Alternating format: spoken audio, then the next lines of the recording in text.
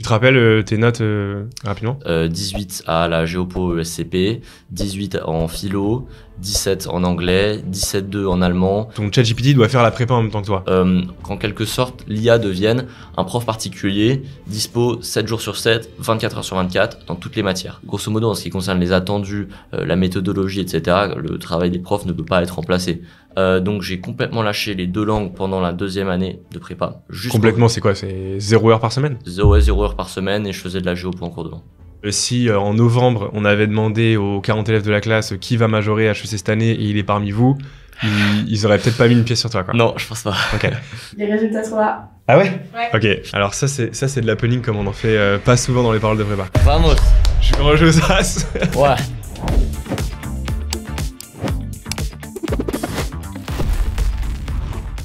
Bon François, pour commencer, est-ce que j'ai le droit de te tutoyer ou... Bah, évidemment. Évidemment.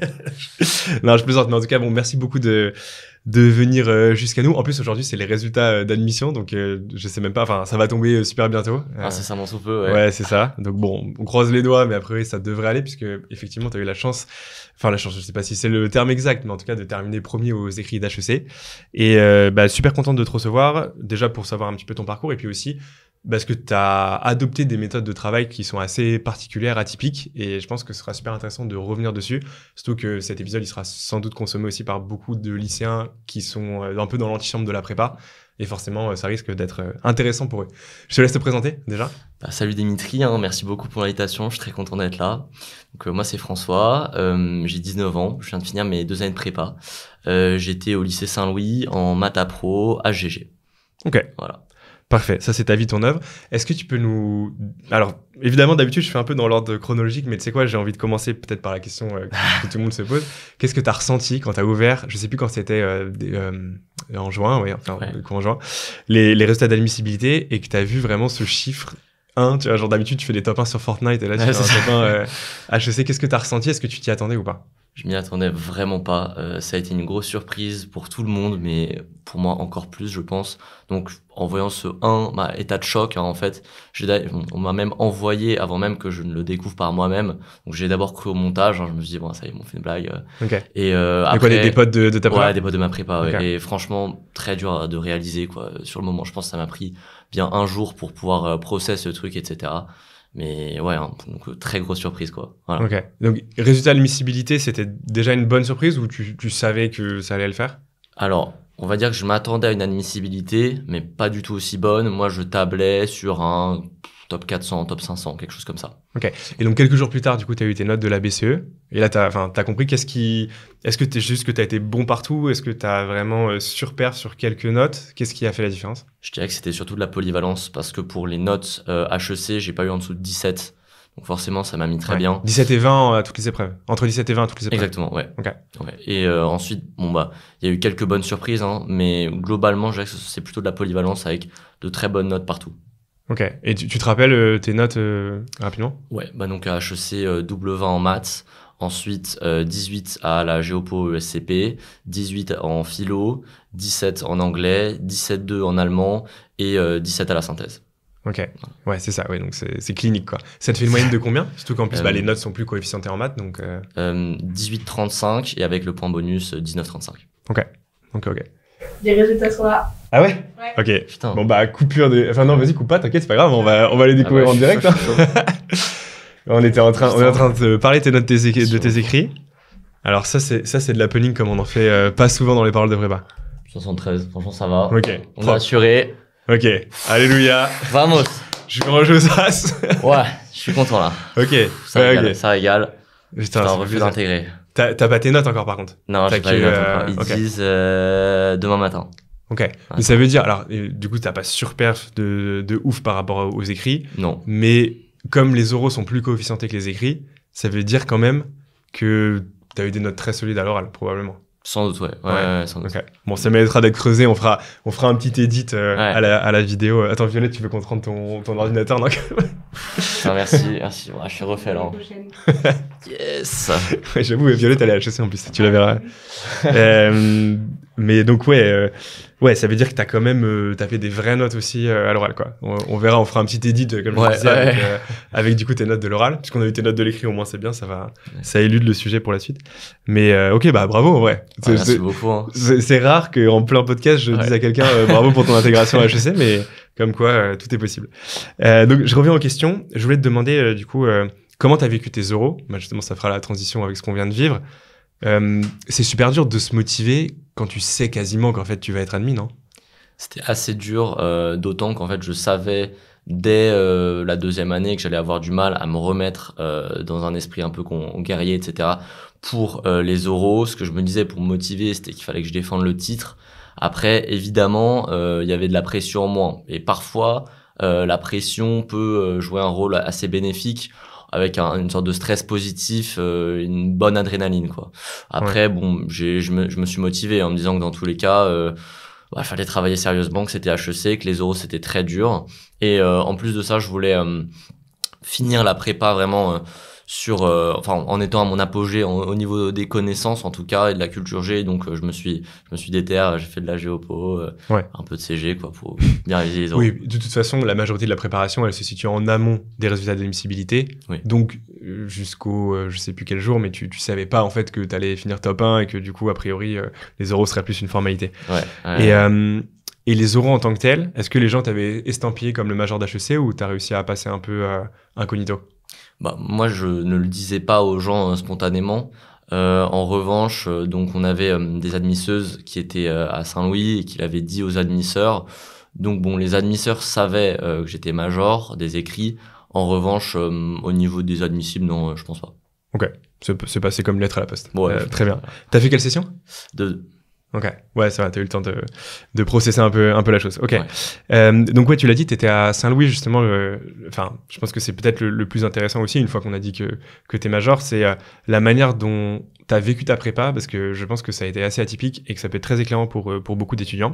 Déjà, est-ce que tu peux commencer par expliquer quel lycéen t'étais, dans quel milieu t'as grandi, et est-ce que la prépa pour toi était une évidence ou pas du tout? J'ai grandi dans le 7e. Mes 2 parents habitent là-bas, donc j'étais dans un lycée public du 7e à Victor-Duruy. Au lycée, je travaillais pas beaucoup, j'avais pas beaucoup d'intérêt pour les cours, donc je faisais le minimum, je révisais la veille pour le lendemain, et j'assurais, on va dire, des notes décentes, mais rien de brillant, parce que bon, vraiment, j'arrivais pas à me motiver, quoi, ça m'intéressait pas. Tu majorais pas ta classe, quoi? Ah non, clairement pas. Si on me rentre dans les moyennes, je devais tourner à 16 en première, 17 en terme, parce que je me suis mis à un peu plus bosser. Je savais qu'il y avait Parcoursup. Et donc, en ce qui concerne la prépa, il y a pas mal de gens dans ma famille quand même qui avaient fait une prépa, dont mon oncle qui avait fait une prépa HEC. Donc, il m'avait expliqué un peu en quoi ça consistait. Donc, bon, après, j'en savais pas non plus grand-chose. Je savais que c'était assez challengeant. Intellectuellement, qu'il fallait beaucoup bosser, mais on m'avait aussi dit donc que c'était la voie royale pour intégrer les grandes écoles de management. Et moi, c'est vraiment ce qui me motivait. C'est parce que je savais que j'étais intéressé par les métiers un peu auxquels elles donnaient accès. J'ai affiné mon projet au fil du temps. Maintenant, je voudrais être plus focus sur l'entrepreneuriat. Mais donc, je dirais qu'à partir de la première environ, j'ai su que je voulais faire une prépa pour intégrer les grandes écoles de management. Et en plus de ça, j'avais cette envie de me challenger intellectuellement, de me donner un vrai objectif, de pouvoir donner le meilleur de moi-même à l'école, ce que je ne faisais pas au lycée, quoi. Ok, donc en fait, le manque d'intérêt au lycée, c'est plutôt que tu trouvais les cours relativement peu intéressants et que tu t'es dit quand le niveau va s'élever et la complexité aussi, je vais me prendre au jeu et ça va le faire. Parce qu'a priori, si t'aimes pas les cours du lycée, la prépa, c'est le lycée en plus dur en quelque sorte. C'était pas les cours en soi, je pense que c'était davantage la manière dont c'était enseigné. Peut-être, quand je suis arrivé en prépa, j'ai pu constater la différence de niveau qui est juste stratosphérique entre les profs de prépa et les profs de lycée. Et il y a des cours qui sont juste super intéressants. Moi, j'ai développé une vraie passion pour la géopo, par exemple. Ouais. Alors qu'au lycée, ça m'intéressait pas tant que ça, parce que je pense que la manière dont c'était enseigné aussi n'arrivait pas à me captiver. C'est quoi, t'avais AGGSP du coup comme SP? J'avais maths, AGGSP, SES en première et j'ai lâché AGGSP en terme. Ok, ouais, donc t'avais vraiment un profil de pur prépa ECG taillé pour ça. Ok. Et alors, comment s'est passé le choix de ta prépa? Où est-ce que t'as été pris, pas pris? Et je te pose cette question parce que il y a une anecdote que tu m'as racontée tout à l'heure qui m'a fait beaucoup rire et je pense que elle sera intéressante à ce micro. Donc pour le choix de ma prépa, donc j'avais à peu près 17 en termes, plutôt de bonnes notes au bac. Donc je me suis dit que j'allais pas me censurer, j'allais mettre les meilleures prépas. Mais il y en avait une qui m'intéressait plus que les autres, c'était Saint-Louis, parce que d'une part j'avais eu l'occasion donc d'échanger avec d'anciens élèves et j'avais eu de très bons échos de cette prépa. Ils m'avaient dit que il y avait une bonne ambiance, que c'était en plus une prépa de très bon niveau. Et en plus de ça, donc là la petite anecdote marrante. Déjà j'avais vu passer sur Major Prépa des vidéos du prof de Géopo, Frédéric Munier, donc le GOAT de la chaîne, le GOAT, littéralement. Exactement, le GOAT. Okay. Et en plus de ça, j'ai eu l'occasion de prendre un verre avec lui. Et là, il a vraiment achevé de me convaincre. Je savais que je voulais faire Saint-Louis, que c'était mon objectif. Et j'ai fini par l'avoir. J'ai mis un peu de temps à l'avoir dans Parcoursup. Pour te dire, je crois que à Henri IV, j'ai été pris assez rapidement en maths ESH, mais j'allais pas avoir maths HGG, pareil, pas pris à Louis le Grand, ni à Stan, je pense. Je crois que j'avais eu Hoche aussi, peut-être Grand Champ, ça je me souviens plus très bien. Mais donc, voilà, à peu près pour situer mon niveau, etc. Ouais, ça. Donc, pour moi, il y a deux trucs intéressants. C'est un, que du coup, t'avais pas l'archétype du profil du Major HEC qui éclate le lycée depuis toujours, quoi. Non, clairement pas. Donc, tu vois, t'as même pas demandé Ginette, j'imagine, ou si t'as demandé, mais... Je crois, mais j'avais pas très envie d'y aller, pour être honnête. Ouais, ok, bon, après, Ginette, c'est un peu particulier, effectivement, mais en tout cas, t'avais pas non plus 20 de moyenne partout. Et l'autre truc sur l'anecdote, je trouve, de Munier, c'est... alors, Frédéric, bon, c'est peut-être pas l'exemple du prof lambda en prépa, mais c'est aussi le niveau de dévotion de certains profs qui prennent le temps de rencontrer des élèves ou des futurs élèves, de leur expliquer la chose. Et enfin, Frédéric, pour bien le connaître, maintenant, je sais que il l'a fait avec plein d'autres étudiants. Et même des étudiants qui sont passés par Saint-Louis et qui maintenant sont en école et continuent de les voir, d'échanger avec eux. Enfin, tu vois, je trouve que c'est pas qu'un métier, en fait. Quand t'es prof de prépa, t'acceptes d'avoir dans ta classe des étudiants pendant 2 ans qui, entre guillemets, jouent leur vie, je mets des grosses guillemets. Et donc, forcément, tu dois être à un niveau d'intensité et de dévotion vis-à-vis d'eux qui est juste incroyable, quoi. Donc, voilà, Frédéric, je pense que tu regarderas cette vidéo, forcément. Je sais pas si tu veux lui faire une petite dédicace comme à Skyrock, mais... Monsieur Munier, merci beaucoup pour tous vos cours. Franchement, c'était extrêmement intéressant. Votre niveau de dévotion était très appréciable, très impressionnant. Et c'est en grande partie, je pense, grâce à vous que notre classe a pu bien réussir. Parce qu'on a eu de beaux résultats cette année. Donc vraiment, merci beaucoup et je vous embrasse. Ouais, tu peux lui dire je vous embrasse maintenant. Ok. Donc on a compris un peu le concept, enfin le principe. T'étais un bon élève sans être absolument exceptionnel. Tu sentais que t'en avais un peu sous la pédale. Quand t'arrives en septembre, est-ce que t'es average dans la classe? Est-ce que t'es déjà très fort? Est-ce que tu te sens comme les autres, en décalage? Comment tu expérimentes ces premiers jours, ces premières semaines à Saint-Louis? Je m'attendais à ce que ce soit difficile parce que j'avais pratiquement rien fait pendant l'été. J'avais vraiment, je m'étais dit que je ne travaillais pas trop au lycée, etc., que justement je m'en gardais sous la pédale pour tout donner en prépa. Premier concours blanc, ça doit être vers novembre, quelque chose comme ça. Je pense que c'est le premier moment un peu classant, on peut se rendre compte vraiment de son niveau. J'ai fait top 10, donc j'étais pas mauvais, j'étais, on va dire, plutôt bon, assez polyvalent, mais clairement j'étais pas le plus brillant. Je pense que dans toutes les matières, il y avait des gens qui étaient meilleurs que moi. En langue, il y avait des gens qui étaient bilingues. En maths, il y en a qui avaient beaucoup plus d'intuition que moi. En géopo, en CG, il y a des gens qui avaient beaucoup plus de bagages. Donc je le sentais, mais je me disais que je pensais avoir une bonne marge de progression dans à peu près toutes ces matières. Ok, ouais, donc ta force c'était ta polyvalence, t'avais pas un gros trou dans la raquette, mais si en novembre on avait demandé aux 40 élèves de la classe qui va majorer HEC cette année et il est parmi vous, ils auraient peut-être pas mis une pièce sur toi, quoi. Non, je pense pas. Ok. Donc qu'est-ce qui selon toi a fait la différence? Quand est-ce que t'as... Alors évidemment, il faut être lucide, si on avait passé les concours 100 fois, peut-être que t'aurais pas été 100 fois major, mais tu l'as été au moins une fois et c'est déjà assez incroyable, et puis c'était la bonne. Donc pour toi, qu'est-ce qui a fait la différence? Quand est-ce que... parce que ce que tu m'expliquais aussi, justement, c'est que tes méthodes étaient sans doute un peu différentes. Quand est-ce que tu t'es un peu départi du reste de la classe? Au cours de la première année, j'ai vraiment senti une différence assez nette, parce que j'ai fini la première année, donc au deuxième concours blanc vers juin, en majorant cette fois-ci, et c'est grâce aux méthodes que j'ai mises en place. Donc j'ai commencé à être dans une optique beaucoup plus rationnelle de la prépa, bien que il y a tout de même une différence entre la première et la deuxième année, on pourra revenir là-dessus si tu veux, mais La première année, c'est certes l'occasion d'assouvir sa curiosité intellectuelle. Ça, c'était un grand plaisir pour moi, vraiment très intéressant. Mais dans le même temps, j'ai senti que pour progresser, il allait falloir que je sois vraiment très rationnel. Donc, chercher à optimiser le temps que je consacrais à chaque matière. C'est-à-dire que je me suis posé, je me suis dit, bon, ben, t'as 1 an et demi avant les écrits.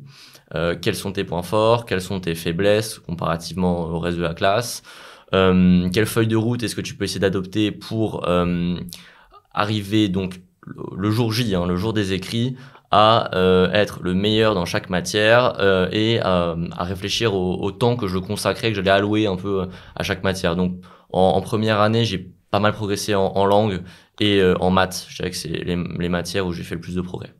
Ok. Et si on va un peu dans le détail, tu parles de ces fameuses méthodes, donc autant rentrer vraiment dans le vif du sujet. Est-ce que c'était les mêmes pour toutes les matières ou est-ce qu'il y avait une différence? Est-ce qu'il y avait une espèce de dénominateur commun dans tout ça? Et puis comment tu les as aussi un peu éprouvées, justement, ces méthodes-là? Donc j'ai commencé par la fin, mais la manière dont je les ai éprouvées, c'est en expérimentant, en testant celles qui fonctionnaient pour moi, parce que j'avais pu lire, on avait pas mal qui circulent, mais je pense que ce qui est important, il y a des méthodes un peu universelles, mais ensuite c'est d'adapter et de trouver vraiment ce qui nous correspond. Donc si je rentre dans le détail, je travaillais pas du tout les matières de la même manière, même s'il y avait un dénominateur commun qui était Anki. Clairement, ça je l'ai utilisé dans toutes les matières pour la mémorisation, je pense que c'est pratiquement ce qu'il y a de mieux. Sinon, donc j'ai assez vite mis l'accent sur les maths, parce que c'est la matière la plus importante, surtout en maths appro vu les coefs impressionnants. J'en ai fait beaucoup, l'essentiel c'était de bétonner le cours, ça c'était vraiment la base, le fondement. Ensuite j'ai davantage travaillé les exos classiques qui revenaient. Je cherchais pas forcément à en faire un maximum, mais quitte à diminuer, à en faire moins et à les maîtriser parfaitement et à être capable de les faire assez rapidement. En langue, à l'origine, donc en première année, j'avais pas encore mis au point de méthodes extrêmement efficaces. Ça, je l'ai fait davantage pendant les vacances et en deuxième année, les vacances d'été. Mais globalement, j'ai cherché à améliorer la grammaire parce que c'est vraiment la condition sine qua non si on veut espérer avoir une bonne note. Après, du lexique aussi, mais ça, c'est un peu plus secondaire, je dirais, quand même, par rapport à la grammaire. Évidemment, ce qu'il faut faire dans toutes les matières, c'est la méthodologie. Parce que en 1 an et demi, on a vraiment le temps d'aller deep dans la méthodologie, de regarder des bonnes copies, de prendre tous les conseils de nos profs très au sérieux, de les appliquer, également de regarder les rapports de jury et se familiariser avec la méthodo. Je pense que c'est pratiquement une des choses les plus importantes à faire en première année. Ouais, c'est vrai que je crois qu'en prépa, tu dois travailler peut-être 2-3 000 heures au total. Je crois que c'est à peu près ça l'ordre de grandeur. Et le pourcentage de temps consacré à la méthodologie et à comprendre intrinsèquement la méta des épreuves, en fait, elle est très très faible, en tout cas pour la plupart des candidats. Et je pense que ça, c'est un facteur parmi d'autres qui explique cette réussite-là. Et ce que tu me disais tout à l'heure, parce qu'on a déjeuné ensemble, on a eu pas mal l'occasion de pas débriefer, mais débriefer a priori en tout cas l'épisode, c'est que tu as réussi aussi à prendre du recul et à te dire, en fait, la note du DS du samedi n'a aucune espèce d'importance. Ce qui compte vraiment, c'est les concours. Je pense que ça, c'est important de le préciser parce que c'est relativement contre-intuitif, je trouve, que quand tu rentres en prépa, en tout cas. Ouais, je pense que il faut vraiment complètement déconstruire toutes les méthodes qu'on avait appliquées au lycée, qui sont assez néfastes, c'est-à-dire le fait d'apprendre la veille pour le lendemain, de travailler sur du très court terme, alors que si on fait ça en prépa, en fait, on va droit dans le mur. Et moi, ce que j'ai fait, c'est que je ne travaille pas pour un DS, une colle, ou même un concours blanc. Je travaille avec cet objectif des concours dans 1 an et demi. Et oui, ça impliquait parfois de se prendre quelques tôles parce que j'allais pas réviser en particulier pour un DS. Et donc, si tel sujet tombait, là, effectivement, j'étais dans la merde, quoi. Ouais. Mais je pensais... la prépa, c'est fait pour durer 1 an et demi. Et il faut réussir à opérer un peu ce changement de mentalité, de passer d'une mentalité lycée à une mentalité prépa pour maximiser, je pense, les résultats. Et comment psychologiquement tu as réussi à gérer cette relative autonomie? Parce que ça veut dire que tu travailles beaucoup, peut-être même plus que la moyenne, et relativement à la classe, tes résultats sont pas non plus exceptionnels, et en tout cas pas à la hauteur des investissements que tu as, quoi. Sur le court terme, je veux dire. Bah, faut accepter un peu de se détacher de la note, de se dire que c'est pas forcément ça ne reflète pas forcément notre niveau actuel, étant donné qu'on travaille sur le long terme. Donc je savais qu'il y en a qui allaient se tuer à la tâche juste pour un DS, mais qui allaient négliger toute la préparation beaucoup plus sur le long terme. Pour donner un exemple assez concret, moi en deuxième année, je sais pas, vers novembre pratiquement, j'avais déjà fini des fiches pour les oraux en langue. Donc forcément, moi, mon niveau, j'ai même régressé en fait en langue au cours de la deuxième année. J'expliquerai pourquoi. Mais bon, ça me dérangeait pas. Je savais que le jour du concours, j'allais mettre le coup de boost nécessaire pour avoir une suffisamment bonne note, quoi. Ok. Et l'autre, enfin le corollaire de tout ça, c'est que tu t'es un peu autonomisé de la classe, dans le sens où t'avançais plus exactement au même rythme, voire t'écoutais très vite fait en cours, voire t'allais pas trop en colle. Est-ce que tu peux nous parler de ça et toutes les conséquences que ça a pu avoir? Ouais, donc j'étais très tourné vers l'efficacité. Ce qui m'énervait par-dessus tout, c'était de perdre du temps en cours. Parce que là, j'avais vraiment le sentiment que, étant donné qu'on avait à peu près 40 heures de cours au total, je perdais vraiment beaucoup de temps à ce moment-là. Donc j'ai essayé de rendre ça tout plus efficient.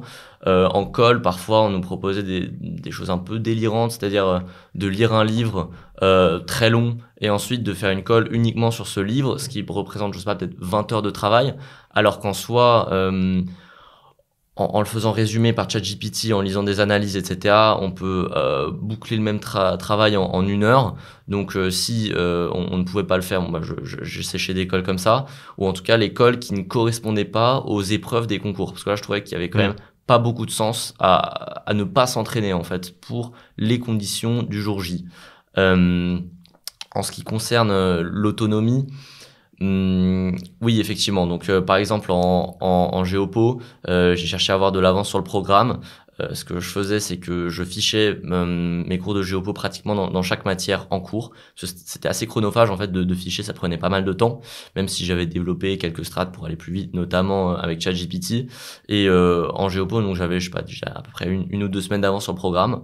Ce qui fait que donc j'écoutais le cours et dès qu'il y avait une plus-value par rapport au PowerPoint, quelque chose qui n'avait pas été dit ou une explication dont j'avais besoin parce que j'ai pas saisi tel ou tel point précis, bon bah là je la notais, j'avais plusieurs onglets en même temps et par contre pendant le reste du temps j'avançais, bon bah je faisais le chapitre le chapitre d'après, quoi. Ok, mais parce que en géopo par exemple vous avez les slides à l'avance. Ouais.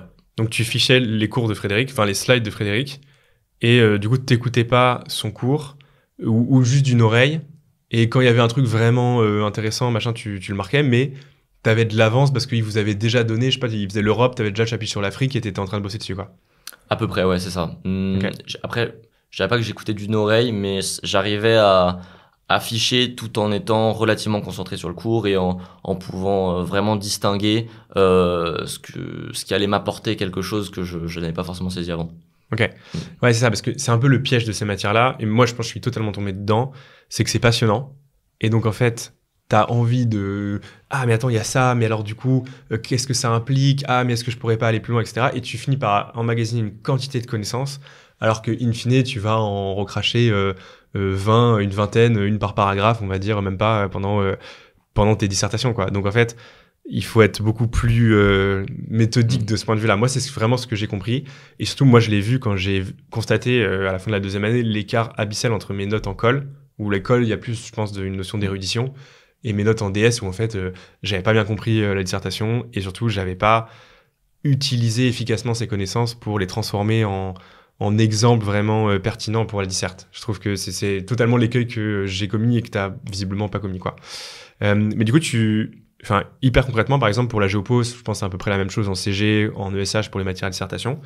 C'est quoi ton conseil? Comment tu vois quelles informations sont importantes, lesquelles le sont moins, et surtout comment t'arrives à les matricer en quelque sorte, à les mettre dans des cases qui te permettent ensuite de les restituer efficacement pendant le DS? Alors, pour ce qui est important, ça justement, c'est quelque chose que je pouvais sentir quand le prof en parlait, parce que bon, il mettait beaucoup plus l'accent sur telle ou telle info, et même si je fichais en même temps, bon bah j'allais surligner tel truc, etc. Mais effectivement, ensuite, la question des exemples est assez importante pour les écrits. Il y a un truc qui est assez important, c'est d'avoir uniquement un exemple pour illustrer une idée ou un concept, et de ne pas se perdre dans une multitude d'exemples, d'en prendre 3. Mieux vaut en avoir un bien détaillé avec chiffres, dirigeants, dates. Et en fait, la grosse, un point clé, c'est qu'on a quand même 1 an et demi pour se préparer aux écrits qui sont très différents des oraux, puisque les écrits, on choisit ce qu'on va mettre. Très concrètement, s'il y a un point, il faut pas qu'il soit central, mais qu'on maîtrise pas très bien en géopolitique, par exemple, un on exemple, peut l'éluder, quoi.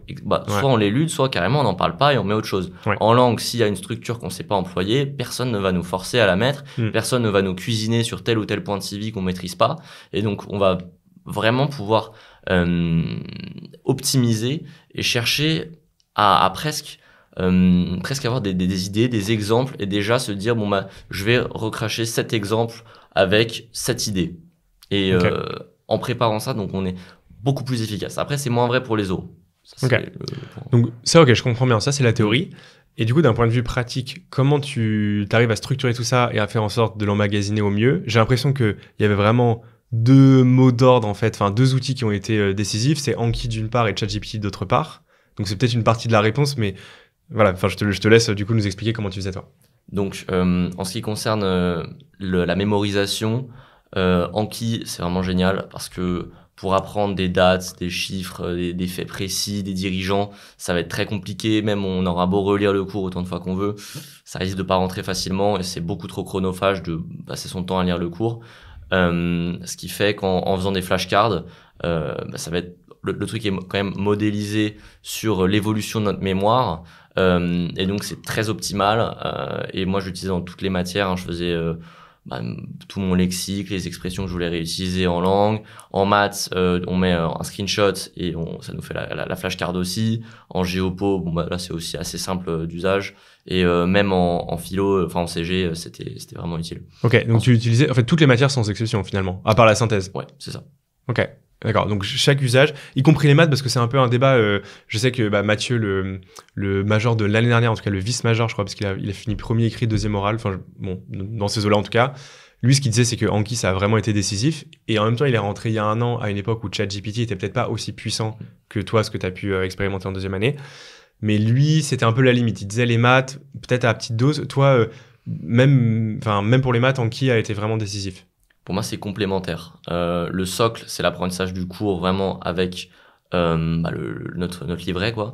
Mais ça va nous rappeler, par exemple, si on a 3 flashcards d'un même cours, donc de propriétés dont on ne se souvient plus, c'est peut-être le signe qu'il va falloir se replonger dans le chapitre et le reprendre entièrement. Et pour le coup, il n'y a pas un nombre démesuré de flashcards, alors même que moi, je mettais aussi quelques résultats légèrement hors programme, un peu complémentaires, utiles à l'écrit quand on a bien avancé en maths HEC ou même aux oraux. Et la charge de travail n'est vraiment pas délirante avec Anki en maths. Et moi, je pense que c'est quand même utile. Ok, mais est-ce que tu mettais vraiment des purs points de cours ou est-ce que tu mettais plutôt des astuces de résolution qui tombent fréquemment? Je sais pas, par exemple, ok, tu dois démontrer que EX, l'exponentielle de X est supérieur à X plus 1 pour R. Tu peux le faire via la convexité, donc hop, ta flashcard, c'est ça, c'est dire, ok, si un jour je tombe sur cette question, plutôt que de faire une étude de fonction, l'astuce, c'est la convexité. Tu vois ce que je veux dire? Est-ce que c'est purement court ou est-ce que c'est... Les deux. Ouais, les deux, ok. Tu faisais les deux. Ok. Donc Géopo, donc ça c'est pour Anki. Ouais. Et du coup, l'IA, comment ça venait compléter tout ça?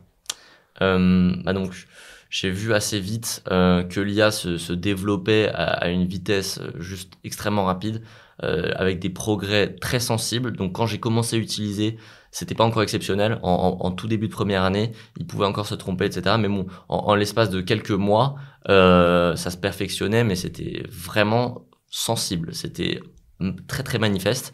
Ce qui fait que j'ai voulu essayer d'apprendre à l'utiliser dans toutes les matières. Simplement, il a fallu faire des distinctions de cas hein, et des matières où c'est très facile d'accès et d'autres où ça demande un peu plus de réflexion.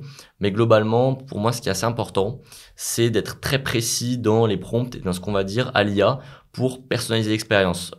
Qu'en quelque sorte, l'IA devienne un prof particulier, dispo 7 jours sur 7, 24 heures sur 24, dans toutes les matières. Et l'important, c'est d'expliquer tout d'abord ce en quoi consiste la prépa. Ensuite, quels sont nos points forts, nos faiblesses, et matière par matière, ce que je faisais, c'est que je lui mettais le programme, des rapports de jury, bon, par exemple en géopo, je pouvais lui expliquer aussi quelques plans types ou des choses comme ça. Ce qui fait que, au lieu de me sortir un truc complètement bateau, là, ça commence à devenir très très puissant comme outil. Donc, enfin, si tu veux, je peux te dire. Ouais, totalement. Mais en tout cas, le point super important, c'est que, enfin, ce que tu dis, en fait, c'est qu'il faut pas se log out et revenir à chaque fois sur ChatGPT. Il faut vraiment que petit à petit, en fait, ton ChatGPT doit faire la prépa en même temps que toi, en quelque sorte. Exactement. Ok, ouais. Donc, il a glow up avec toi, en quelque sorte. Ouais, on peut dire ça. Okay. En fait, il y a un truc important, c'est qu'il va mettre éléments mémorisés mis à jour. Il le fait pas forcément automatiquement, mais on peut le forcer à le faire si on veut. Et c'est ça qui va faire que donc il va emmagasiner en mémoire tous les prompts qu'on lui aura donnés. Bon, on peut même avoir un prompt par matière, ça on peut faire ce qu'on veut, mais globalement il va retenir en fait. Et c'est là où ça va devenir vraiment puissant, parce qu'il va très bien nous connaître, il va pouvoir nous aider à gommer toutes nos erreurs ou au contraire à appuyer sur nos points forts, mieux que quiconque en fait ne pourrait nous aider à le faire. Ok. Et donc tu avais la version payante, toi. Ouais. Qu'est-ce que ça a apporté de plus? Concrètement, j'avais un nombre de requêtes limité en ayant ChatGPT en version gratuite et je pouvais pas coller suffisamment de photos. Et comme j'utilisais un rythme vraiment très important, peut-être 50-100 requêtes par jour, j'avais besoin, ça me bridait vraiment en fait de l'avoir en version gratuite. Et en plus de ça, j'ai même pu arrêter en fait, je prenais des cours particuliers à un moment en maths, j'ai même pu arrêter les cours particuliers grâce à ChatGPT. Donc au final, l'investissement était assez rentable. Ok, oui, bah oui, carrément. Enfin, je veux dire, c'est quoi, c'est 20 balles par mois, c'est ça? 25, je crois, ouais. Ouais, voilà, donc par rapport à, je crois, 1 heure de cours part, c'est le minimum, je sais pas combien tu payais, mais c'est entre 50 et 100 en général en prépa, donc bon, en fait, tu l'as rentabilisé en une demi-heure, quoi. D'accord. Oui, ok, d'accord. Ok, donc très clair. Ouais, donc pas de débat là-dessus, et donc, ouais, ça t'a même permis de te passer de cours particuliers. C'est ce que tu disais, hein, l'IA devient un prof particulier, c'est pas juste une image, c'est vraiment, enfin, toi, t'estimes qu'une heure à passer avec ChatGPT, c'est plus efficace qu'une heure avec un gars d'HEC qui a eu 18 ans en maths HEC. Concrètement, je pense que sur cette heure-là, le gars d'HEC va peut-être pouvoir nous expliquer des choses d'un point de vue d'un étudiant qui a déjà passé les concours. Et donc ça, c'est appréciable. En revanche, le truc, c'est que moi, quand je prenais des cours, j'en avais à peu près une fois par semaine, ce qui faisait que j'accumulais des questions, une trentaine de questions, etc. Ouais. Et je devais à chaque fois me replonger dans tel ou tel exercice, me remettre dans l'exercice, et je perdais un temps dingue en faisant ça. Ce qui fait que en utilisant ChatGPT, dès que j'avais une question, je lui posais et j'avais ma réponse à ce moment précis. Et grâce à ça, il y a eu un gros gain de temps. En maths, ça m'a quand même demandé pas mal de tâtonnements pour arriver à l'utiliser, parce que je pense que c'est peut-être la matière la plus tricky pour laquelle utiliser ChatGPT. Il faut vraiment qu'il comprenne quel est le programme, quels sont les théorèmes à notre disposition, parce que si on lui met un exercice et assez long et qu'en fait il nous dit bon bah là il y a un théorème qui rentre en exercice trivial post-bac je sais pas quoi bac plus 10 quoi, bon bah je vais dire ok bah merci, je suis bien avancé. Oui, ok. Ok, donc c'est pour ça qu'il faut l'entraîner. C'est ça. Il faut qu'il comprenne ce qu'il a le droit de faire et de pas faire. En fait, il doit comprendre que c'est un élève de prépa ECG, quoi. Exactement. Et ça se fait un peu petit à petit. Mais enfin, on sait pas ce que ça va devenir bientôt, mais sans doute que dans 1 an, 2 ans, il saura ce que c'est un élève de prépa ECG. Tu lui dis juste une fois, je suis en prépa ECG, et il sait absolument tout. Enfin, toi, t'as dû lui apprendre des choses que sans doute il aura apprises d'ici là, quoi. Ok, donc ça, c'est pour les maths. Et si tu peux rentrer un peu plus profondément sur les matières à dissert, comment on s'en sert bien de ChatGPT? Comment on évite un peu la défaite de la pensée et on arrive à vraiment en faire un allié plutôt qu'un boulet qui te rend plus oisif qu'autre chose, quoi. Ouais. Donc, je vais commencer par la géopo. La géopo, il y a plusieurs intérêts. Tout d'abord, ça peut nous aider à synthétiser parce que les cours sont quand même très volumineux. Surtout en 2e année, nous on peut avoir 600-500 slides par chapitre. Donc là, ça commence à être très compliqué à afficher dans le temps imparti, c'est-à-dire à peu près 6 mois. Et bon, bah là, ça peut faire un travail le plus basique, je dirais, qui consiste simplement à un peu élaguer, à tailler dans le cours pour réduire un truc de 600 slides en 30 pages pour les écrits. Faut pas s'en remettre uniquement à ChatGPT, mais par exemple, quand on a de très longs articles, qui sont hyper intéressants, hein, du FT, du Grand Continent, etc. Bon, bah, c'est passionnant de les lire, mais la vérité, c'est qu'en deuxième année, il faut vraiment être dans une recherche de gain de temps et qu'on n'a juste pas le temps de les lire, aussi triste que ce soit. Ouais. Et donc, là, ne pas hésiter à lui dire de prendre un article qui fait 10 pages et d'en faire 10 lignes, quoi. Okay. Ensuite, il y a un travail qui peut être celui d'explication. Si on n'a pas compris tel ou tel point de cours, si c'est encore plus si c'est le cas chez nous et qu'on n'est pas en cours et qu'on ne peut pas poser directement la question au prof. Le troisième travail, je dirais, ça peut être sur du style pour disons, on peut, moi j'avais pas trop ce besoin, mais si on a un paragraphe qu'on a réalisé par exemple et qu'on veut simplement s'améliorer stylistiquement parlant, on peut tout à fait lui demander et ce sera vraiment beaucoup mieux, quoi, une fois qu'il sera passé là-dessus. Et enfin, le dernier moyen, je pense, d'utiliser ChatGPT en géopo, en tout cas, enfin moi c'est ceux que j'ai trouvé, mais on peut tout à fait en trouver d'autres, hein, je pense qu'il y a encore plein d'autres moyens. C'était pour les oraux ce coup-ci. Donc là, ça m'a demandé un vrai travail d'explication, de dissertation et de présentation orale. Mais pour les sujets qui, conceptuellement parlant, n'étaient pas trop difficiles, par exemple, je sais pas, le riz en Asie ou l'agriculture en France, et qui sont plutôt des sujets qui portent sur des connaissances où il va falloir un peu d'érudition.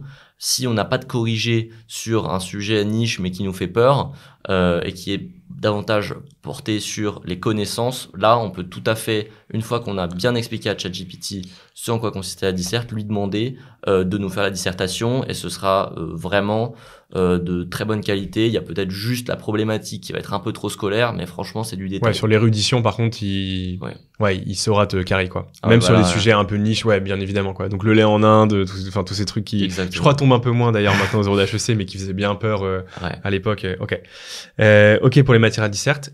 Et du coup, pour les langues, tu disais que tu avais régressé pour finalement décrocher quand même, 17. Moi, je trouve ça limite plus impressionnant d'avoir double 17 en langue que double 20 en maths, parce que les langues, c'est très dur de monter haut, je trouve. Et donc, j'ai pas très bien compris, mais j'imagine que tu vas l'expliquer. Pourquoi tu dis que tu as régressé pour finalement révéler ton plein potentiel au moment des concours? En première année, j'avais beaucoup travaillé les langues, ce qui fait que j'ai progressé. Et pendant les vacances d'été, j'ai assez vite compris que j'allais pas avoir ce temps à consacrer dans les langues. Parce qu'en fait, pour avoir un vocabulaire un peu fancy, etc. en anglais, des expressions, c'est pas franchement naturel. C'est un anglais un peu de prépa et on le perd assez vite. C'est-à-dire que même si on a un bon niveau en anglais, on va vite retomber dans un anglais casual, ce qui fait qu'on va perdre quelques points en anglais. Et je m'étais dit que j'étais tout à fait prêt à consentir à ce sacrifice pendant l'année, parce que je voulais avoir davantage de temps pour travailler en maths. Donc j'ai complètement lâché les deux langues pendant la deuxième année de prépa. Complètement, c'est quoi? C'est 0 heure par semaine? 0 heures par semaine, et je faisais de la géo en cours de langue. Ah oui, donc ok, nada quoi. Nada. Genre tu réactivais même pas, t'es Anki, t'es je sais pas quoi. Juste l'Anki, c'est tout ce que je faisais. Juste l'Anki, parce que ça, c'était une routine en fait, donc c'était pas désagréable. Mais en revanche, pendant les vacances d'été, donc j'avais répertorié toutes les erreurs d'une part que je faisais en un dossier erreur, et d'autre part j'avais compilé un certain nombre de mots, d'expressions que je voulais vraiment recaser en disserte. Ça pouvait être en allemand aussi, il y a des structures grammaticales, on va dire un peu chiadées, qui sont sympas à ressortir en écrit. Celle-ci, j'avais vraiment bien répertorié dans les deux langues. Et arrivé à la date des révisions, là, moi je m'étais pris 3 semaines, je l'ai pas passé comme. Donc je voulais avoir ce temps-là pour réactiver mon niveau en langue, parce qu'en fait j'avais fait le calcul en me disant que en 3 semaines de langue, plutôt intense, mais rien de dingue non plus, c'est-à-dire 1h30 par jour, j'allais pouvoir réactiver ce vocabulaire et ces expressions pour m'imprégner de ce niveau de langue assez soutenu. Et ce que j'ai fait là, c'est que j'ai beaucoup utilisé ChatGPT à ce moment-là, des révisions. Ce que je faisais, c'est que je voulais gommer totalement les erreurs un peu répétitives que j'avais tendance à commettre, et également m'entraîner à recaser toutes ces structures qui sont pas forcément évidentes à employer. Donc la manière dont je procédais, c'est que je lui demandais des thèmes adapté d'un article tiré en général du Monde, parce que c'était les articles qui tombaient le plus en thème, et qui ciblaient un événement, on va dire, de civilisationnel de la fenêtre à peu près février à juin de l'année précédente, c'est-à-dire les articles susceptibles de tomber. Oui. Donc il adaptait ces articles, et ce que je lui demandais de faire en particulier pour les adapter, c'était de cibler mes erreurs. Donc, quitte à modifier une phrase, il allait faire une phrase où j'étais susceptible de faire une erreur. Et également, je lui demandais de m'entraîner à recaser ces expressions.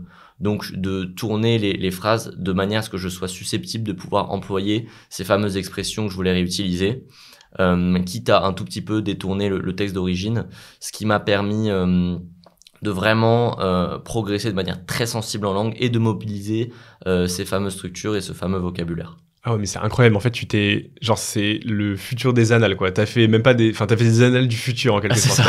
Tu lui as dit, là, voilà où je galère, et fais-moi, ok, d'accord. Et donc, par exemple, je reviens sur les maths, mais le méga répertoire de maths qu'on a fait, et je sais qu'il y a beaucoup, beaucoup de gens qui s'en servent. Toi, en fait, tu t'en es pas servi parce que l'IA palliait un peu ce truc-là? Moi, je me suis pas servi du méga répertoire avec les fautes, etc. En revanche, je m'étais servi du répertoire qui classe toutes les annales en fonction. Oui, c'est ça, ouais, c'est ce dont je te parlais. Ouais. Ah, c'est ce dont tu me parlais. Oui, voilà, c'est si ça. Pour le coup, je m'en suis servi. Ok. Ça, je m'en suis servi. Dans la recherche d'annales, là, je l'ai pas trop confié à ChatGPT. Peut-être qu'on peut le faire, mais le répertoire était déjà très performant, je trouvais. Ouais, c'est ça. Oui, c'est vrai que mais on s'est chauffé. Enfin, ça nous a pris un temps. Enfin, d'ailleurs, je salue ceux qui s'en sont occupés. Mais ça nous a pris un temps absolument dingue. Et peut-être que dans quelques temps, ChatGPT le fera très très bien, quoi. Ok. Et t'avais l'impression que, nous, on a fait une enquête auprès d'un millier de préparationnaires, je crois, sur l'usage en fait de l'IA. Ce qui ressort beaucoup, c'est que beaucoup de gens s'en servent, mais assez sporadiquement, et surtout en langue. Mais peut-être pas toujours pour les meilleurs usages. Genre, je suis nul en allemand. La prof m'a demandé un thème. Bon, j'ai pas envie de le faire et je le fais sur ChatGPT, comme ça elle m'embête pas, quoi. Et donc, ce qu'on disait aussi, ça peut faire un peu peur aux profs. Toi, à Saint-Louis, t'avais l'impression qu'on te regardait comme le gars matrixé par ChatGPT, ou en fait tout le monde avait un usage assez poussé, on va dire, de l'outil? Je pense que je faisais partie de ceux qui utilisaient le plus ChatGPT. Il y a pratiquement aucun doute là-dessus. Après, dans la classe, c'était assez polarisé. Il y avait beaucoup de gens qui utilisaient, mais peut-être pas suffisamment et pas de manière assez personnalisée. Je pense qu'il y avait pas grand monde qui l'utilisait tout simplement pour faire notre devoir à notre place. Ouais. Mais par contre, il y en a qui l'utilisaient pas du tout. Ok. Ouais, il y en a qui étaient, par conviction ou juste parce qu'ils se disaient, ok, c'est pas utile. Je crois qu'il y en a qui l'avaient testé, mais qui n'avaient pas dû faire des prompts suffisamment précis, si bien que le rendu de ChatGPT était assez mauvais, et donc j'imagine que ça les avait découragés. Ça les a découragés et ils sont passés à autre chose. Ok. Et donc, outre ça, est-ce que les gens te regardaient un peu bizarre parce que tu avais des méthodes assez peu orthodoxes? Genre, typiquement, le fait de faire zéro langue, je pense que je l'ai vu dans aucun manuel de conseil. Est-ce que tu étais un peu l'illuminé qui faisait pas comme disaient les profs, ou pas tant que ça? L'illuminé, non, je pense que non, c'est dur, j'avais pas d'autres mots. Mais... Ouais, t'inquiète. Mais oui, j'avais des méthodes peu orthodoxes. Après, les gens, je disais, ok, il fait son truc, on verra bien, quoi. Hein, mais c'est sûr, oui, c'était pas très orthodoxe. Hein. J'ai même pas mal séché aussi en culture G. Parce que là aussi, j'ai beaucoup utilisé ChatGPT, ce qui fait que le seul moment de mes 2 ans où j'ai travaillé en CG, c'était pendant les vacances d'été. À part ça, j'ai pratiquement rien fait. J'ai dû faire 20% des cours en 2e année. Et on avait des problèmes de prof aussi. Mais donc, en fait, t'as eu que 3 matières. Enfin, dans ton travail personnel, pendant l'immense majorité de ta prépa, t'avais 3 matières et demie, quoi. Ouais, c'est ça, en fait. C'est que du coup, tu t'es focus à mort. Sur les maths, surtout. Sur les maths, j'ai bossé énormément. Parce que comparativement, j'ai un peu moins d'intuition que certains. J'ai compris que ça allait me demander un travail assez monstrueux en 2e année. Et je voulais avoir ce temps pour faire des maths. Parce qu'en soi, je crois qu'en maths, il n'y a pas vraiment de cheat code. En fait, il y a assez peu de moyens de te mettre le coup de boost qui va faire que tu vas prendre plus de points juste avant les révisions. Mais en fait, c'est un travail constant. De longue haleine. Et de longue haleine, ouais. Ouais, c'est ça. Puis je trouve surtout qu'au bout d'un moment, en fait, au début, tu vois un peu isolément les points du programme. Et petit à petit, tu prends de la hauteur et tu te dis, ah, mais ok, en fait, ça, c'est cohérent par rapport à ce qu'il m'a dit il y a 4 mois, le prof. Et donc, c'est ça. Avant de prendre cette espèce de hauteur et en même temps d'être très fin quand on te demande un truc technique, il faut y consacrer du temps. Après, on peut plus ou moins bien bosser les maths et je pense que t'en es la preuve. Mais il n'y a pas de secret, au bout d'un moment, c'est faux de dire, tu fais 2 heures de maths par jour, cours compris, et tu vas réussir. D'ailleurs, c'était quoi un peu ton planning temps en termes de révision que pendant l'année, du coup, parce qu'il était, j'imagine, assez différent de la majorité. Ouais. À quoi ressemblait ton temps personnel en termes de découpage de matière d'une part, et puis même qu'est-ce que tu faisais, à quel point l'IA et Anki étaient omniprésents, est-ce que tu faisais autre chose, voilà, une journée type, on va dire, quand tu étais en prépa. Une journée type, alors ça a pas mal varié au cours du temps parce que mes stratégies m'ont amené à travailler de manière assez différente, mais si on prend de septembre à janvier de deuxième année, donc ça commençait par à peu près 45 minutes, 50 minutes d'Anki, je le faisais en cours en général, hein. Donc toute matière comprise, ça allait, plus ça commence à devenir un peu dur, moi je sais qu'il y en a, ils avaient des trucs avec 200 cartes, etc., le truc qui durait 2 heures. Voilà, c'est dur de se motiver. Moi, 1 heure, ça me semblait ok. C'était vraiment pas dérangeant. C'est une routine à prendre. On peut même le faire dans le métro, enfin, n'importe où, en fait. Okay. Ensuite, en général, j'allais travailler la géopo dans pratiquement tous les cours, mis à part les maths. Donc là, j'avançais sur mon fichage. Ensuite, bah, si j'avais des maths, là, pour le coup, j'étais focus en cours, j'écoutais. Là, tu étais avec tout le monde et tu faisais en même temps que le prof, etc. Là, je faisais en même temps que le prof. Okay. Et ensuite, en rentrant, que des maths. Ça suppose quand même que tu fasses 5 heures de maths en taf personnel tous les jours. Donc, il faut quand même être psychologiquement très accroché pour ça. Est-ce que ça a été dur ? Et du coup, dans ce bloc de 5 heures de maths, qu'est-ce que tu faisais ? Et quand est-ce que tu as commencé aussi les annales ? Puisque j'imagine qu'il y avait forcément une partie qui était consacrée à ça. Donc ouais, effectivement, c'était dur. Surtout, j'étais pas forcément un fan absolu des maths, on va dire. Mais c'était la matière où il y avait vraiment une grosse valeur ajoutée à travailler chez soi, alors que pratiquement toutes les autres matières, je pouvais les travailler en cours. Et c'est pour ça, dans cette recherche vraiment de productivité, que je me disais que j'allais faire 5 heures de maths par jour. Après, ça correspondait aussi à mon niveau et mes niveaux dans chaque matière. Je sais que j'avais une faiblesse comparative, on va dire, en maths et que j'avais besoin de plus travailler. Donc, pour pas que ce soit trop horrible, effectivement, il fallait subdiviser parce que sinon c'est quand même un peu dur. Donc, je commençais par le cours. Clairement, le plus important pour moi, c'était de bétonner le cours. Je rentrais dans Anki, bon ça je pouvais le faire en cours aussi, mais en tout cas vraiment d'apprendre le cours parfaitement, de comprendre certaines démos qui peuvent être pertinentes, de savoir les refaire si jamais c'est des résultats qu'il faut savoir redémontrer rapidement. Je sais pas, l'encadrement de Rayleigh par exemple, ou des trucs comme ça. Ensuite, une fois que j'avais fini le cours, je faisais le TD de mon prof. Moi, il était vraiment très complet. Gros big up aussi à mon prof de maths, il était très chaud, merci Monsieur Fisca. Mais en dehors du TD, j'avais pas grand chose d'autre à faire parce qu'il était vraiment bien. Donc pendant toute la période septembre-janvier, je faisais que du TD et du cours. Moi, je trouvais que ça allait. Bon, c'est pas mal 5 heures, mais les exercices, il y a une certaine forme de jeu, si jamais on comprend bien, et ça peut être sympa à faire. C'est moins astreignant que de réviser 5 heures d'affilée un cours de géopo, par exemple, je trouve, en tout cas. Okay. Et j'ai commencé les annales en février. Et là, j'étais blindé à peu près sur le cours également de première année, parce que le cours de première année, je l'avais révisé en entier pendant les vacances d'été. Et là, j'ai fait au total peut-être 40-50 annales, un truc comme ça, principalement des annales matin, maths 2. Et voilà, j'étais en condition concours, donc je prenais 4 heures pour faire l'annale, pas une minute de plus. Si je m'entraînais à gratter des points, et si la partie 3 était extrêmement exotique, dans la correction, j'allais vraiment pas la regarder, j'allais uniquement regarder ce que j'avais fait et pas chercher à comprendre un truc qui ne retombera dans tous les cas jamais.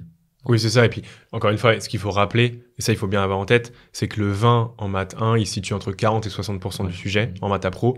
Donc, en fait, à partir du moment où tu as gratté les points qu'il fallait pour avoir, entre guillemets, seulement 20 et pas 27 sur 20, c'est ça. Bah, ça suffit, quoi. Ouais, clairement. Et donc, il y a des parties 3 HEC où c'est n'importe quoi, ça part complètement en vrille. Et enfin, en vrai, il y a peut-être 2% des mecs qui font ça et basta, quoi. Ouais. Et encore, je suis gentil. Ok. Donc ça c'est assez clair. Et du coup, là, enfin, dans la reprise des annales, l'IA t'aidait ou pas du tout ? Alors quand même, j'essaie de sélectionner des annales où il y avait une bonne correction et pas le truc écrit en gothique, en taille à 10 des années 2000. Mais s'il y avait un point que j'avais pas compris en particulier, là tout à fait, ouais, je lui demandais de m'expliquer ce point en détail. Et voilà, elle était très très performante. Ok. Et du coup, ce que je veux te demander plus généralement, c'est est-ce que tu as déjà un peu envisagé le futur de de cet outil-là, puisque tu l'as vu, enfin, tu as vu l'IA se perfectionner au cours de tes 2 années de prépa.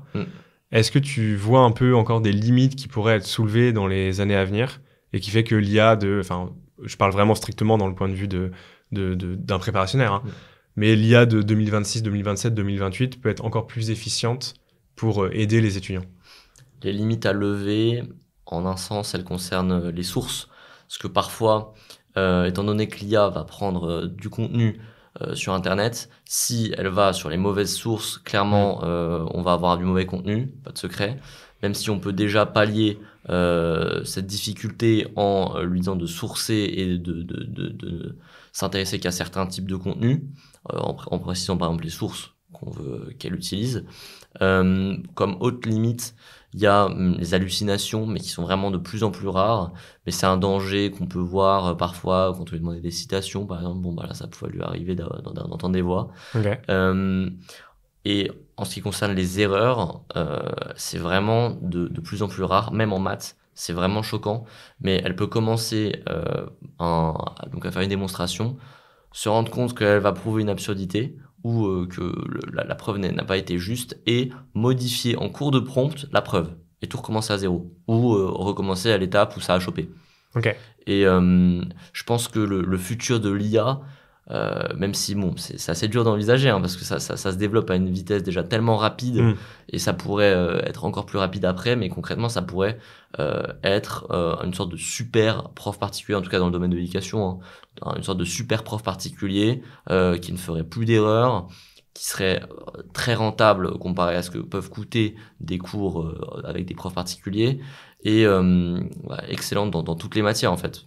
Plus de limites, ou en maths, c'est un peu difficile. Je pense que dans 1 ou 2 ans, il y aura plus de problème. Ouais, c'est ça. Donc, ouais, ça permettra encore mieux de pallier le prof particulier, mais pas forcément le prof tout court. Non, pas le prof. Parce que, ouais, c'est ça. T'as quand même besoin à un moment d'avoir un cours qui est dense, qui est actualisé, et qu'une IA, même aussi perfectionnée soit-elle, peut pas produire comme ça ex nihilo, juste avec les ressources, quoi. Bien sûr, surtout en termes de lien, c'est vraiment important d'être en cours, d'avoir un prof qui nous explique, etc.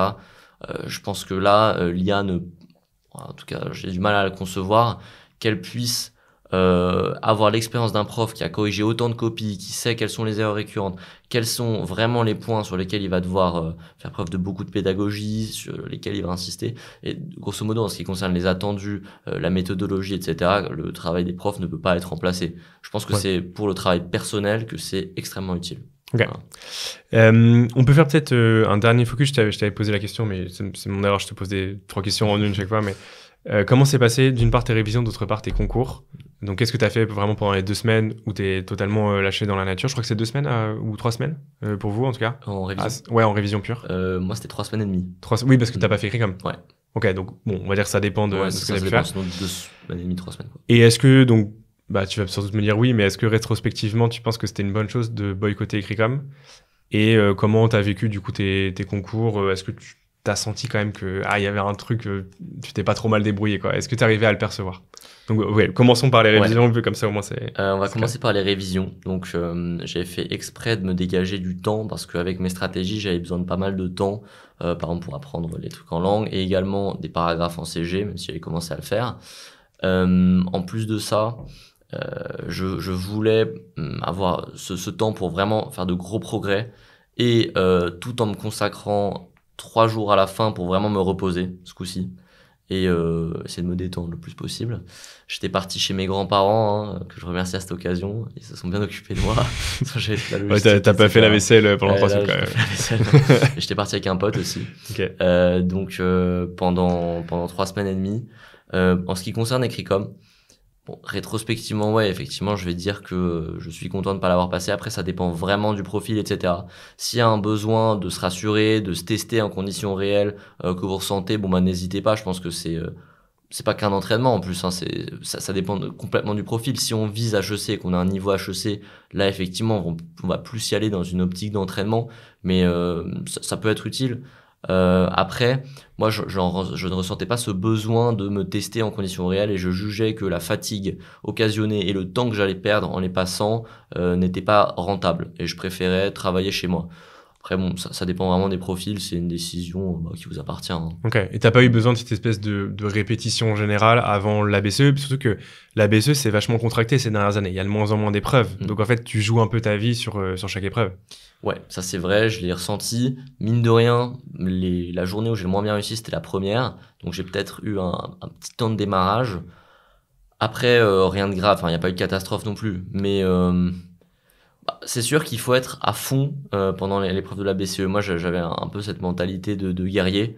Et aussi le fait que je ne savais pas si j'allais pouvoir la mobiliser aussi longtemps. Et je trouvais ça dommage d'aller à Écricom dans une mentalité un peu DS où je me dis bon bah j'y vais mais c'est juste pour m'entraîner. Et j'étais même pas sûr de prendre le truc suffisamment au sérieux pour que ce soit vraiment utile en fait. Ok, donc ça a été plutôt rétrospectivement un bon choix. Mais ça, même, tu vois, dans les grosses prépas, Ginette, par exemple, ils leur disent de passer Écricom. Enfin, il y a 2 écoles, en tout cas, de ce point de vue-là. Et puis, ça concerne une poigne d'étudiants qui sont quasiment sûrs d'avoir les parisiennes. Franchement, il n'y a pas grand monde parmi les candidats qui sont certains de pas avoir besoin d'Écricom en termes de résultats et d'école, quoi. Clairement, il vaut mieux prendre la sécurité, je pense. Hein. Oui, c'est vrai. Bon, après, toi, ça t'a plutôt bien réussi, encore une fois. Ok. Et donc, ouais, sur les épreuves, donc, t'as senti que t'avais moins bien réussi la première journée. Et après, je sais pas, les maths, j'imagine que tu sentais bien que ça allait bien se passer. Enfin, que ça se passait bien. Et écoute, pas tant que ça. Ah ouais? Ouais, la matin, j'avais vraiment... Mais la matin, elle était horrible aussi. Hein. La matin était horrible. Ça, je le savais que ça allait être le cas pour tout le monde, etc. en la faisant. Mais mine de rien, j'étais pas tout à fait satisfait de ce que j'avais produit. J'avais gratté, mais je sentais que j'aurais pu faire mieux. Enfin, le truc m'a un peu hanté, alors que vraiment, on s'était mis une règle, c'était de pas parler des épreuves après et de pas y réfléchir. Le truc, j'avais résolu des questions de tête après l'épreuve le soir, parce que j'avais pas à dormir. Et j'avais pas un bon ressenti sur le truc. Et bon, en fait, j'ai eu 20, mais comme quoi le ressenti veut vraiment rien dire. Il y a pas besoin de faire beaucoup de proportions en fait du sujet pour avoir la note suprême, quoi. Ok, ouais, t'as eu que 22 et pas 27 c'est sur ça, 20, c'est ça, ouais, ok, d'accord. Et tu regardais pas, Frédéric qui débriefe le sujet de Géopo SCP, c'est niette, tu regardais ça, pas. je pense que c'est le pire truc à faire parce que il faut vraiment faire tabula rasa après chaque épreuve, se concentrer sur ce qui vient, quitte à faire un travail de visualisation si ça peut aider certains, et complètement laisser derrière nous ce qui s'est passé, surtout si ça s'est mal passé. Ouais, je pense que c'est tout à fait vrai pour ton profil où tu sais ce que tu fais, t'es sûr de toi, t'as une certaine maturité. Et enfin, moi, je pense qu'il y a beaucoup de gens que ça peut aider dans le sens, ça me rassure. Genre, tu vois, il y a plein de gens qui ont un peu un espèce de syndrome de l'imposteur et qui se disent, mais attends, mais ça se trouve, j'écris mais n'importe quoi en fait, tu vois. Alors qu'ils sont sûrs de leur connaissance, mais le fait d'avoir un prof qui te dit, ça s'est bien passé, si vous avez écrit ça, a priori, ça va le faire. Il y a des gens que ça rassure, je pense. Enfin, tu vois, sinon, nous, on le ferait pas non plus, mais je suis d'accord que ça dépend vraiment des profils. Ça dépend vraiment il y a des gens qui gèrent plus ou moins la pression des concours, qui sont plus ou moins sereins vis-à-vis des compétences et des connaissances qu'ils ont pu acquérir pendant 2 ans. Mais donc oui, je comprends totalement que toi, c'était pas ton sujet. Et quoique, tu vois, genre, ça t'a quand même un peu hanté. Donc, bon. Je peux comprendre ce truc de regarder. Après, pour moi, le piège, ce serait de se dire, bon, en fait, il a dit autre chose, complètement autre chose, et ça viendrait pas pour autant infirmer ce qu'on a dit. C'est pas parce que Monsieur Muni a fait un autre plan que le nôtre n'est pas valable. Et en soi, il y a quand même un risque non négligeable que ce soit le cas. Et il faudrait pas se dire, bon bah en fait, du coup j'ai foiré. Maintenant, de toute façon, c'est mort, etc. Ouais, ce serait vraiment dommage. Oui, c'est ça. C'est pour ça que nous on prend beaucoup de pincettes et qu'on dit que c'est une proposition parmi d'autres. Enfin, bon, mais on est tout à fait d'accord là-dessus. Une autre question que je voulais te poser, c'est, du coup, toi, t'as vraiment hyper intellectualisé la méta des concours. Tu vois, genre, en fait, tu faisais exactement ce qu'il fallait dans cette optique-là. Est-ce que, du coup, tu as l'impression d'être, dans l'absolu, dans les différentes matières, un peu moins fort qu'un mec qui a juste travaillé très dur, mais en fait, qui ne réfléchissait pas trop au concours? Ou non, bah, en vrai, tu as tiré ce que tu voulais intellectuellement de la prépa et tu es très content. Est-ce que ça t'a traversé l'esprit, cette question-là?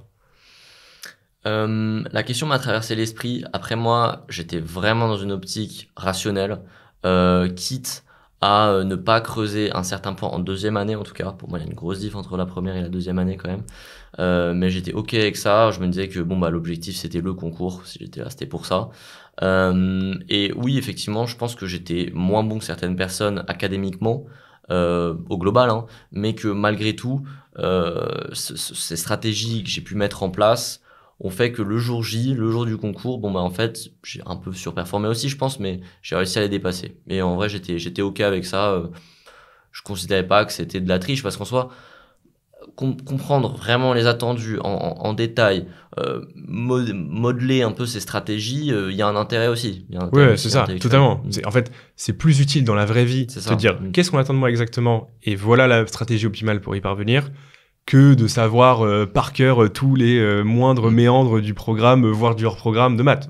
Enfin, en tout cas pour les métiers qu'on va faire plus tard. A priori, ce qu'on me disait en rigolant, l'algèbre bilinéaire, bon, c'est ça. Pas sûr que ça serve de ouf dans les années à venir. Enfin, en tout cas, pas des profils HEC, je sais pas. Tu sais ce que tu vas faire d'ailleurs après ? J'aimerais bien me lancer dans l'entrepreneuriat, en école, de créer ma boîte. Franchement, ce serait mon objectif. IA m'intéresse pas mal. Et sinon, je compte aussi lancer une formation IA à la rentrée pour mettre à disposition donc des vidéos matière par matière qui permettraient d'intégrer l'IA dans sa prépa sans perdre du temps et dans cette intégration tout en faisant des gains de productivité assez considérables, en partageant mon expérience qui, je pense, a de la valeur parce que j'ai un peu appris en autodidacte à m'en servir et donc mine de rien j'ai perdu du temps, mais en mettant ces fiches à disposition, ça permettrait de faire des progrès à vitesse grand V, même en deuxième année, c'est pas du tout trop tard pour intégrer. Ouais, c'est clair. Et ce que je disais justement, c'est que le prérequis pour ta stratégie, c'est d'avoir en tout cas ce que tu as fait toi, parce que tu as découvert, tu as défriché un peu le truc, ça demande énormément de maturité, de confiance en soi, de dire je suis plus efficace de mon côté qu'en écoutant le prof, ou enfin tu vois, il y a beaucoup de gens qui écoutent les profs aussi parce que c'est confortable d'une certaine manière. Là tu vois, tu t'es dit non, c'est pas que je perds du temps, mais je pourrais aller encore plus vite en faisant autrement, donc ça demande beaucoup de maturité et ça demande une motivation de ouf aussi. Tu vois, quand tu dis les maths c'est pas mon méga délire et que tu t'envoies 5 heures de maths tous les jours, y compris en novembre quand le soleil se couche à 17h30 et tout. Donc, pour toi, c'était quoi le vrai moteur derrière ? Est-ce que c'était le défi d'avoir HEC, le fait que tu te dises que ta vie sera 100 fois mieux si t'as HEC plutôt qu'une autre école ? Enfin, qu'est-ce qui, au fond, t'a donné une dalle pareille pour réussir à bosser comme ça ? En première année, il n'y avait pas uniquement le fait de l'école, parce que je prenais un vrai plaisir à voir que je progressais dans plein de matières, que je me forgeais un peu une certaine culture générale. Après, en deuxième année, le moteur, c'était c'était un peu la lumière au bout du tunnel, c'était l'école de commerce, se dire, moi je visais HEC, je suis prêt à tout donner pendant 2 ans. Si je fais un sacrifice, maintenant, ce sera pas pour rien. Donc, si tu passes 2 ans en prépa, il faut être prêt à tout donner pour n'avoir aucun regret. Ma hantise, c'était de quitter la prépa en me disant que j'ai des regrets parce que j'ai pas assez travaillé. Et ça, j'étais pas prêt à l'accepter. Je me disais que j'allais tout donner pendant 2 ans.